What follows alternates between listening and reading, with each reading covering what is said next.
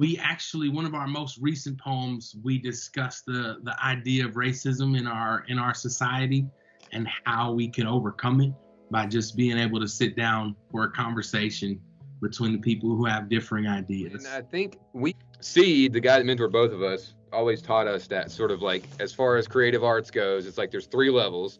The first one is identity politics, right? It's like I'm this type of person from this background. The second one is the parody of that or the play off of that.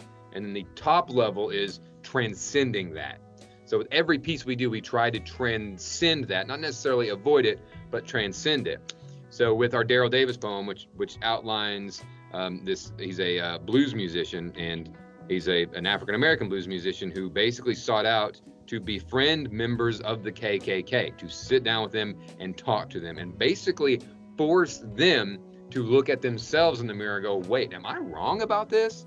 And he basically sort of used love to change these guys' opinion on something.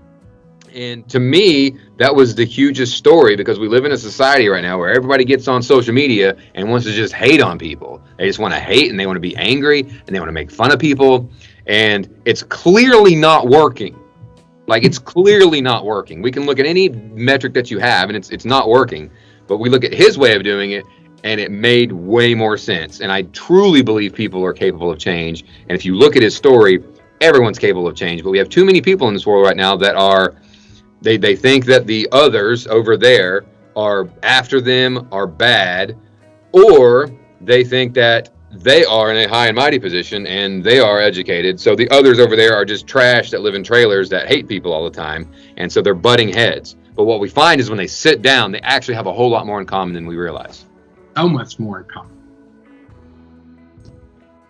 Luther King Jr. stated, I have a dream that my 4 little children will not be judged by the color of their skin, but by the content of their character. Do you feel that in 2022 America that this dream has been accomplished? I can say a pretty easy no, not at all.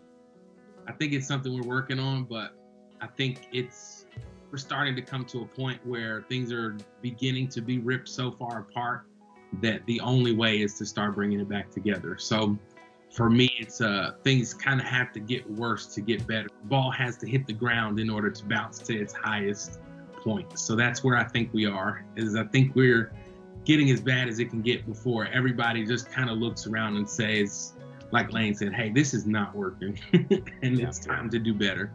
So I think a piece of data not too long ago where it showed sort of like general opinions on people based on it wasn't like, hey, do you dislike people of the other race, but it basically just showed them like sort of coming together until like 2005, 6, 7 to like more even ground, like acceptance, and then they kind of started batting back apart again 2008, 9, 10. And the thing that I think probably has a lot to do with it is social media. It's the way it's designed is just it's not good for society.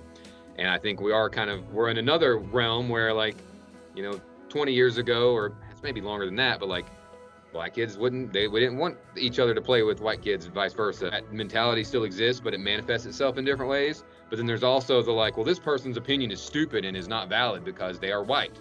Or this person's opinion is, well, they're not an expert in this, or this person has more privilege than that person. And we're playing identity politics a lot. And I don't know if this is like advanced, but I guess it's good for everybody to hear. But when you play that game too much, it can kind of become this sort of circular firing squad where everybody dies because everybody has a weapon to pull out and say, well, no, you did this and your group did this and your group did that. But if we can get beyond that and sit down at the table and break bread, then we can build a kinder and gentler society. Absolutely.